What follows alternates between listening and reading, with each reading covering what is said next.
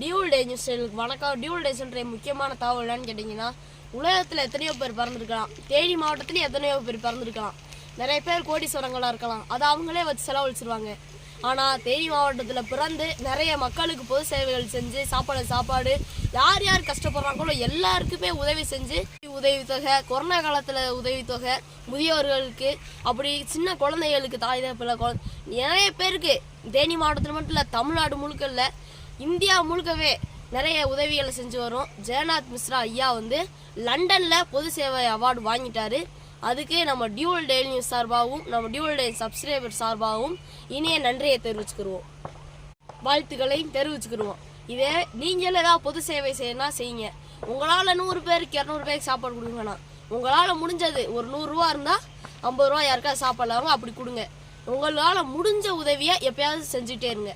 எனவே இனிய காலை வணக்கம்.